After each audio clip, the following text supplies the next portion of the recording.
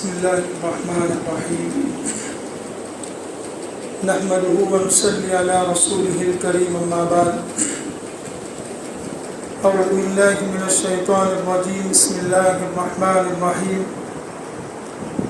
إذ قالت امرأة عمران ربي إني نذرت لك ما في بطني محررا فتقبل مني إنك أنت السميع العليم سبحانك لا علم لنا إلا ما علمتنا إنك أنت العليم الحكيم رب اشرح لي صدري ويسر لي أمري واحلل عقدة من لساني يفقهوا قولي اللهم صل على سيدنا محمد وعلى آل سيدنا محمد وبارك وسلم اللهم صل على سيدنا محمد وعلى آل سيدنا محمد وبارك وسلم اللهم صل على سيدنا محمد وعلى آل سيدنا محمد وبارك وسلم محترم دوستوں اور بزرگوں، پچھلے جمعہ کی مذاکرے میں یہ بات ہم نے سمجھی تھی کہ یہ دنیا دارالامتحان ہے۔ اس دنیا کے اندر اللہ رب العزت والجلال اپنے بندوں کو مختلف شکل سے امتحان لیتے، آزماتے ہیں، ایگزام اور پریکشا لیتے۔ قرآن کریم کی آیت میں خود ہم نے سمجھا تھا کہ اللہ تعالیٰ تاکید کے ساتھ فرماتے تھے وَلَنَبْلُوَنَّكُمْ، کہ ہم ضرور بھی ضرور تم کو آزمائیں گے، کبھی تو خوف کے ذریعے سے، کبھی فقر و فاقہ کے ذریعے سے، اور کبھی جانی اور کبھی مالی نقصان کر کے مختلف امتحانات اور آزمائش اللہ رب العزت والجلال اپنے بندوں کی لیتے۔ لیکن اسی آیت کے آخر میں یہ ارشاد فرمایا تھا فَبَشِّرِ الصَّابِرِينَ،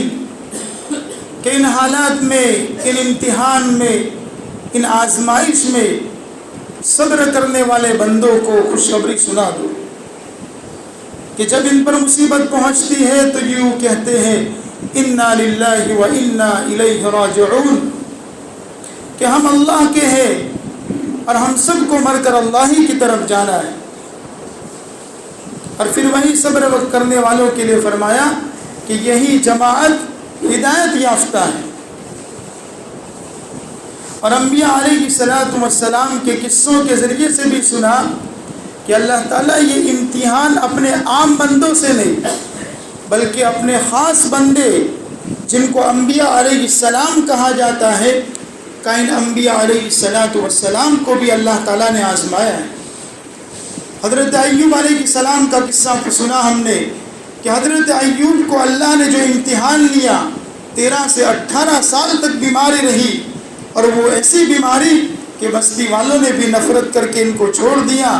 تنے تنہا ایک رفیق حیات، یعنی آپ کی بیوی ہی آپ کے ساتھ آپ کی خدمت گزار رہی، لیکن 18 سال تک بھی حضرت ایوب علیہ السلام نے صبر کے علاوہ کوئی جو ہے دوسرا کام نہیں کیا، صبر سے کام لیا اور اللہ ہی سے دعا کرتے رہے۔ اور ان کی دعا کا تذکرہ آیا رب انی مسنی الضر وانت ارحم الراحمین،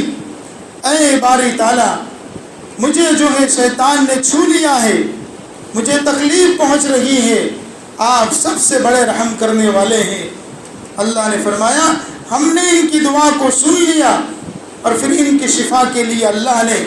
جو ہے پانی کا چشمہ زمین سے جاری کیا، اور اس میں آپ نے غسل کیا، اور ایک روایت کے مطابق 2 چشمے جاری ہوئے، ایک سے غسل کیا گیا اور ایک چشمے سے پانی پیا۔ آپ کو اللہ نے صحت دے دی، مال و متاع واپس دے دیا، اور جو ہے اولاد واپس دے دی۔ لیکن اس قصے سے یہ سمجھ میں آیا کہ حضرت ایوب علیہ السلام نے صبر کیا اور اپنی فریاد اللہ ہی سے کی،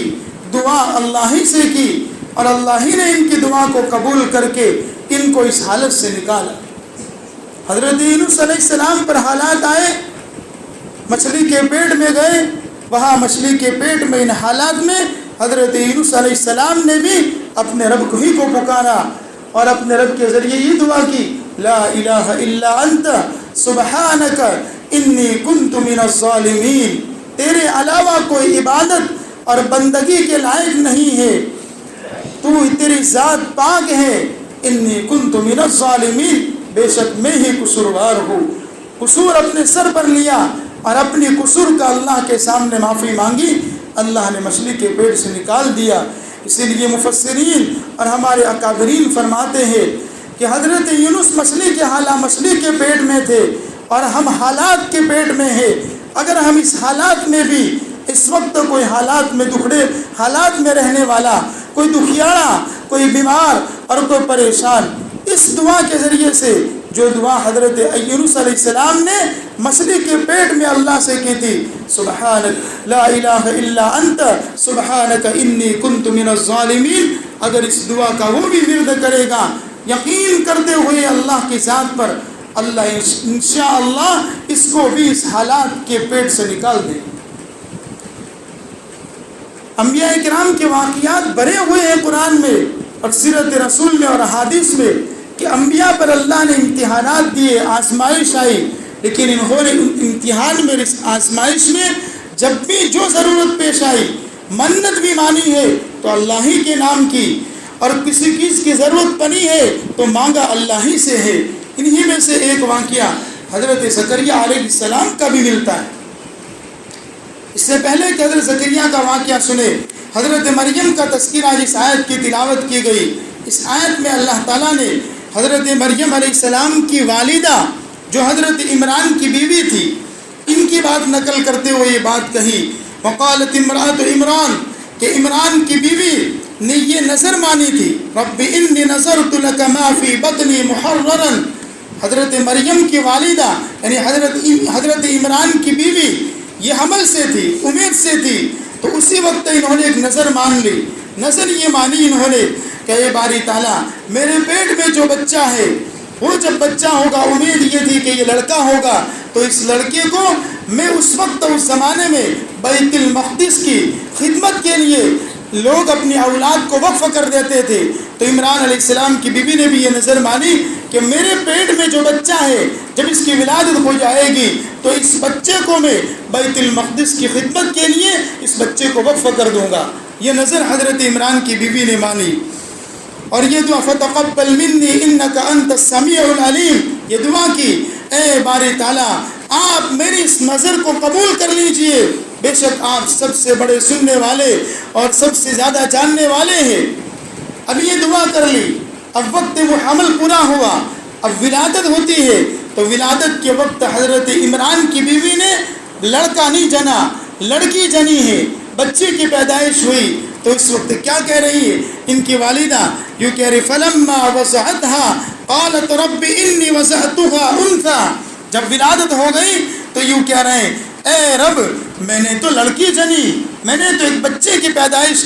جو ہے میرے پیٹ سے ہوئی ہے، واللہ اعلم بما وضعت، حالانکہ اللہ تعالیٰ تو زیادہ جاننے والے تھے کہ اس نے کیا جنا ہے، تو اللہ ہی نے بھیجا تھا، اللہ تو خود جاننے والے ہیں۔ پھر یہ فرمایا اللہ تعالیٰ نے جواب میں کہا وَلَيْسَ الذَّكَرُ كَالْأُنثَىٰ، کہ وہ لڑکا اس لڑکی کے برابر نہیں ہو سکتا۔ یہ کہا ہے مفسرین نے کہ یہ جملہ اگر یہ مریم کا ہے جملہ، اگر مریم کی والدہ نے اگر یہ بات کہی ہے وَلَيْسَ الذَّكَرُ كَالْأُنثَىٰ، تو اس کا مطلب یہ ہوگا یعنی میں نے تو نظر مانی تھی لڑکی کی، اور بیت المقدس کی خدمت تو بچیاں نہیں کر سکتی، بحیثیت مرد ہونے کے اگر لڑکا ہوتا تو میں اپنی نظر پوری کر سکتی تھی، یعنی اس لڑکے کو میں بیت المقدس کے لیے وقف کر سکتی تھی، لیکن یہ تو کیا ہے لڑکی ہوئی، اور یہ لڑکی اس لڑکے کے برابر نہیں ہوگی۔ اور اگر یہ جملہ اللہ کا ہے تو پھر اس کا مطلب یہ لکھا ہے کہ اللہ کا مطلب یہ ہے تم جس لڑکے کی تمنا کر رہے تھے یہ بچی اس لڑکے سے بھی کئی زیادہ اونچی مقام والی ہے، اس لیے کہ مریم ایک عورت ہے کہ اس سے ہمیں اور ایک کام لینا ہے، اس سے ہمیں وہ کام لینا ہے جو دنیا کو ہماری قدرت کا مشاہدہ کروانا ہے۔ تو یہ لڑکی اس لڑکی جو لڑکے کے تم متمنی تھے اس کی طرح نہیں ہے۔ وَإِنِّي سَمَّيْتُهَا مریم، پھر مریم کی والدہ کہہ رہی میں نے اس کا نام مریم رکھا، وَإِنِّي أُعِيذُهَا بِكَ وَذُرِّيَّتَهَا مِنَ الشَّيْطَانِ الرَّجِيمِ، یہ دعا کی اے باری تعالیٰ میں اس کو، یہ میری پیدا ہونے والی بچی جس کا نام مریم رکھا اس نے، اس مریم کو اور اس کی پیدا ہونے والی اولاد کو آپ کے حفاظت میں رکھتی ہوں مردود شیطان سے۔ اس سے یہ بات سمجھ میں آئی کہ والدہ کو اور والدین کو اپنے اولاد کے دیندار ہونے کی فکر سب سے زیادہ ہونی چاہیے۔ ابھی تو پیدا ہو رہی ہے لیکن ماں کو فکر اپنے بچے کی تربیت کا یہ ہے کہ یہ مستقبل میں شیطان اور شیطانی حرکتوں کے حوالے نہ ہو جائے، یہ نیک رہے، اللہ کی پناہ میں رہے، اللہ کی حفاظت میں رہے۔ تو پیدائش کے وقت نام کے ساتھ یہ دعا کر رہی ہے، اللہ میں اپنے اس بچے کو اور اس سے کوکھ سے جنم ہونے والی قیامت تک کی اولاد کو تیری حفاظت میں رکھتی ہوں کہ مرد و شیطان سے تیری حفاظت ہو جائے۔ اس سے یہ لکھا مفسرین نے کہ والدہ کو اور والد کو اپنے اولاد کے نیک ہونے کی اور دیندار ہونے کی اشد فکر کرنی چاہیے۔ پھر اس کے بعد جو اللہ تعالیٰ فرماتے ہیں فَتَقَبَّلَهَا رَبُّهَا، اس کے رب نے اس کو قبول کر لیا، یعنی جو نظر مانی تھی کہ میں اپنے اس پیدا ہونے والے بچے کو بیت المقدس کی خدمت کے لیے وقف کروں گا، اللہ نے اس کی نظر کو قبول کر لیا اور جو ہے اس کی بہترین نشو و نما کی، اس کی جو ہے حضرت مریم کی بہترین پرورش کی، اب نشو و نما چاہے جسمانی اعتبار سے ہو یہ بھی لکھا ہے یا روحانیت کے اعتبار سے ہو، تو یہ لکھا ہے کہ روحانیت کے اعتبار سے اس کی نشو و نما ایسی ہوئی کہ ابھی تو بچپن ہے، بچپنا ہے مریم کا، بچپن میں بچے کا مزاج عبادت کی طرف شوق نہیں ہوتا، رغبت اللہ کی طرف نہیں ہوتی، طاعت کی طرف بچے کی رغبت نہیں ہوتی، بچپنے میں بچے کی رغبت کھیل کی طرف ہوتی ہے، بچپن میں بچے کا شوق کھیلنے کی طرف ہوتا ہے، ادھر ادھر چیز دوسرے میں ہوتا ہے، عبادت کی طرف اس کا میلان نہیں ہوتا۔ لیکن یہ دعا کا اثر دیکھیے کہ مریم کا بچپن ہی میں عبادت کی طرف جو ہے اس کا شوق بڑھ گیا اور اس کی رغبت اللہ کی طرف ہو گئی۔ یہی کہہ رہے کہ اس کی نشو و نما بہترین اللہ نے کی۔ وَكَفَّلَهَا زَكَرِيَّا، اب اس مریم کی جو ہے کفالت کا مسئلہ آیا۔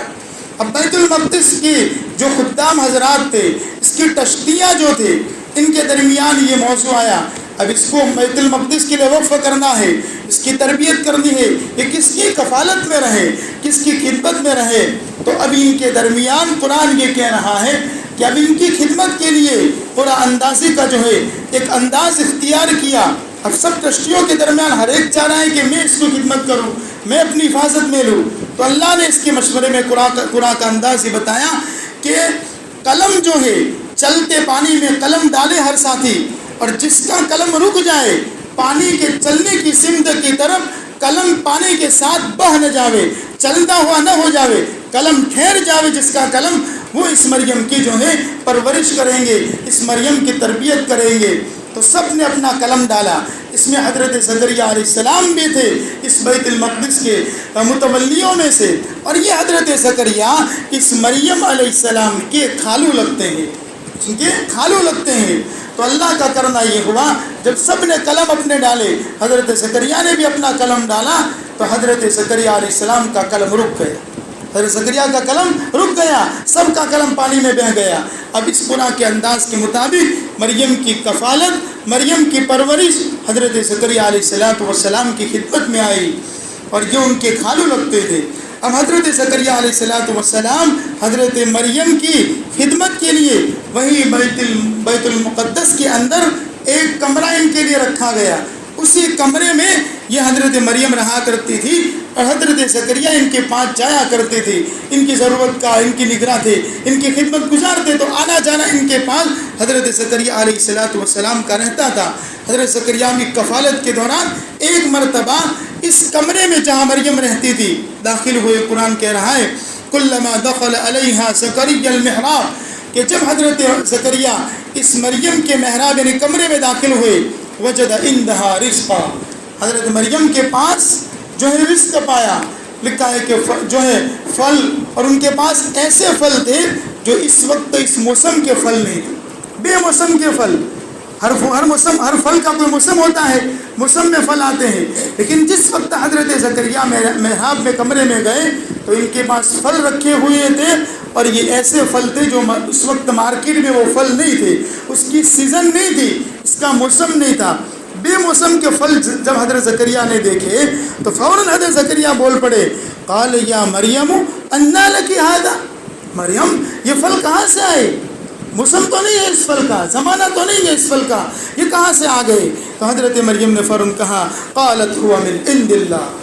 قالت هو من عند اللہ، یہ فرمایا یہ اللہ کی طرف سے ہے، ان اللہ یرزق من یشاء بغیر حساب، اللہ تعالیٰ بغیر حساب کے جس وقت جس کو جتنا دینا چاہے دے سکتا ہے، وہ قادر مطلق ہے، ان اللہ علی کل شیء قدیر، اس کے لیے کوئی موسم کی ضرورت نہیں ہے، بغیر موسم کے پھل وہ دینے پر قادر ہے۔ اب حضرت مریم حضرت زکریا پر بھی ایک حال گزر رہا تھا،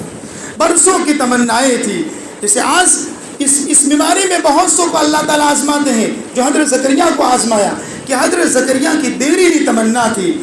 ایک مدت سے ایک تمنا تھی کہ مجھے کوئی اولاد ہو جائے، حضرت زکریا کی کوئی اولاد نہیں تھی، اور یہ تمنا کرتے کرتے بوڑھے ہو چکے ہیں، یہ واقعہ جب ہوا بڑھاپا آ چکا ہے۔ اب حضرت مریم کے پاس بے موسم کا پھل دیکھا اور مریم نے کہا یہ اللہ کی طرف سے ہے، اس وقت انہوں نے بھی اللہ سے اپنی دعا، اپنی جو تمنا تھی اللہ کے سامنے رکھ دی، اور اسی وقت حضرت جو ہے زکریا علیہ السلام نے اللہ سے دعا کی، ہونا لے کر اسی وقت حضرت زکریا دعا کر رہے ہیں، دعا زکریا رب، حضرت زکریا نے اپنے رب سے دعا کی، کیا دعا کی قال رب هب لي من لدنك ذرية طيبة، دیر سے تمنا ہے اے اللہ تیری طرف سے مجھے بھی کوئی نیک اولاد مل جائے۔ دیکھو یہاں بھی حضرت زکریا اولاد مانگ رہے ہیں تو کیا کرے، ذریۃ طیبہ، نیک اولاد کے وجود سے پہلے ہی فکر ہے، اولاد چاہیے تو نیک چاہیے، اولاد چاہیے تو فرما بردار چاہیے، ورنہ وہ اولاد جو دیندار نہیں ہے، جو بڑھاپے کا سہارا بننے کے بجائے وہی اولاد اپنی بیوی بچوں کو لے کر بوڑھے ماں باپ کو ترستا چھوڑ دیتی اگر نافرمان اولاد ہے۔ اسی لیے پچھلے جمعہ کے بیان میں نے رحمان کے صفات میں ایک صفات یہ بیان فرمائی تھی کہ نیک بندے اپنے رب سے یہ دعا کرتے ہیں، ربنا هب لنا من ازواجنا وذرياتنا قرۃ اعین واجعلنا للمتقین اماما۔ نیک بندوں کی صفات میں یہ دعا لکھی تھی کہ وہ اپنے اولاد کے لیے اور اپنی بیوی بچوں کے لیے اللہ سے دعا کرتے ہیں، اے اللہ میرے اولاد کو میری آنکھوں کی ٹھنڈک بنا اور مجھے متقی کا پیشوا بنا۔ وہاں یہی بات کہی تھی، متقی کا پیشوا اس لیے کہ مرد اپنے گھر کا، اپنے فیملی کا ممبر ہوتا ہے، اب وہ مقتدا ہے، وہ پیشوا ہے اپنے ممبر، اپنے گھر کے افراد کا، یعنی میرے گھر کی فیملی متقی بن جائے اور میں متقی فیملی کا ممبر بنوں، میں متقی اللہ سے ڈرنے والی فیملی کا ممبر بنوں۔ تو بہرحال یہاں بھی حضرت زکریا نے اللہ سے دعا کی۔ اب یہ دعا جس وقت کر رہے ہیں، انک سمیع الدعاء، بے شک آپ سننے والے، دعاؤں کو سننے والے ہیں۔ اس وقت فوراً اللہ نے ان کی دعا قبول کرتے ہوئے فوراً بشارت سنا دی، قال رب انا یکون لی غلام، اللہ نے فوراً کہہ دیا کہ ان کے رب نے فرمایا بے شک آپ کے لیے ایک لڑکا ہوگا، ایک غلام ہوگا۔ اب فوراً حضرت زکریا کو ساتھ میں اشکال بھی ہو گیا۔ اب دیکھیں حضرت زکریا فوراً کیا کہہ رہے ہیں اللہ سے، حالانکہ اللہ جواب پہ کہہ رہے ہیں ہم تم کو بشارت دے رہے ہیں، ہم آپ کو غلام لڑکا دیں گے، لیکن فوراً حضرت زکریا کہہ رہے ہیں وقد بلغنی الکبر وامرأتی عاقرا، اے اللہ میں تو بوڑھا ہو چکا ہوں اور میری بیوی تو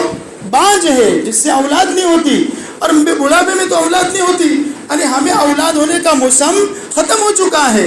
اب بے موسم ہو میں جب اولاد تو نہیں ہو، اولاد ہونے کے کوئی چانس نظر نہیں آتے، میں بوڑھا ہو گیا، میری بیوی بانجھ ہے، یہ کیسے ہوگا؟ قال كذلك الله يفعل ما يشاء، اللہ نے جواب میں کہا کہ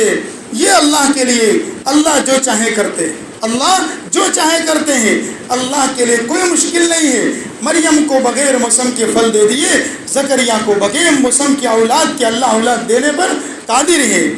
پھر آگے اور حضرت زکریا نشانی مانگ رہے ہیں۔ اب یہاں سے سمجھے ایک نبی ہے، اللہ کہہ رہے ہیں، وعدہ کر رہے ہیں، اللہ جواب دے رہے، اور حضرت زکریا بار بار پوچھ رہے ہیں کہ یہ کیسے ہوگا، اور پھر کہہ رہے نشانی کوئی، میرے اولاد ہونے کی کوئی نشانی۔ قال رب اجعل لی آیہ، اللہ میرے کوئی نشانی اس پر یقین بن جاوے، یعنی موسم نہیں ہے اور موسم کے بغیر اولاد مل جاوے، کوئی نشانی ہو جاوے، یقین پختہ ہو جائے، اس سے یہ بات سمجھ میں آتی ہے ایمان والا اندھادھن کسی چیز پر نہیں پڑتا ہے۔ جب تک تحقیق نہ کر لو، یقین نہ آ جاوے، تو اندھادھن کسی چیز پر ایمان والا نہیں جائے گا۔ نبی ہے، اللہ سے بات ہو رہی ہے، اللہ وعدہ کر رہے ہیں، پھر بھی اپنی نشانی مانگ رہے ہیں، یقین بڑھ جائے میرا۔ تو نشانی کے طور پر اللہ نے یوں کہا تمہاری نشانی یہ ہوگی کہ تم 3 دن تک بات نہیں کرو گے، یعنی زبان سے بات نہیں ہوگی، صرف الا رمزا، اشارے سے بات کرو گے۔ اور پھر وَاذْكُرْ رَبَّكَ كَثِيرًا وَسَبِّحْ بِالْعَشِيِّ وَالْإِبْكَارِ، کہ فرمایا کہ تم اپنے رب کا کثرت سے ذکر کریے اور صبح شام تسبیح بیان کیجیے۔ تو ذکر کے لیے زبان کھلے گی، ذکر اور تسبیح کے لیے تمہاری زبان کھلے گی، لیکن لوگوں سے بات نہیں کر سکو گے 3 دن تک کے لیے، صرف اشاروں سے بات ہوگی، یہ تمہاری نشانی ہوگی۔ اور پھر جو ہے فرشتوں نے بشارت دے دی وَإِذْ قَالَتِ الْمَلَائِكَةُ يَا مَرْيَمُ إِنَّ اللَّهَ اصْطَفَاكِ، حضرت مریم کا پھر آگے تذکرہ ہے حضرت مریم کے بارے میں۔ خیر بہرحال وقت پورا ہو رہا ہے، اس واقعے سے بھی ہمیں یہ سمجھ میں آیا کہ انبیاء پر بھی حالات آئے ہیں، ان حالات میں انہوں نے اللہ ہی کا در پکڑا ہے، اللہ کے علاوہ کسی جگہ پر نہیں گئے۔ اگر اس بے اولادی کی بیماری میں کوئی امتحان میں ہے تو وہ کسی اور کی منت نہ مانے، وہ اللہ ہی کی نظر مانے۔ نظر ماننا مریم علیہ السلام کی والدہ نے بھی نظر مانی، نظر کی اجازت ہے، لیکن وہ نظر جس کی شریعت میں اجازت ہو۔ جس نظر کی اجازت نہیں ہے، جیسے کسی انتر شبابوں کے نام پر نظر مان لی اللہ مجھے لڑکا دے گا، ان کے یہاں جا کر بکرا کاٹوں گا، تو یہ تو کفر اور شرک ہے۔ اور فرمایا شرک تو ظلم عظیم ہے، ایسا شرک اللہ کے ساتھ شرک کرنا، یہ فرمایا ان الشرک لظلم عظیم، یہ تو بہت بڑا ظلم ہے۔ اس لیے شرک سے بچتے ہوئے بیماری ہو حالات ہو اللہ ہی کے در کو پکڑے رکھیں، اس کے علاوہ کسی کے در کو نہ پکڑے۔ اللہ تعالی ہم سب کو اللہ کا یقین نصیب فرمائے۔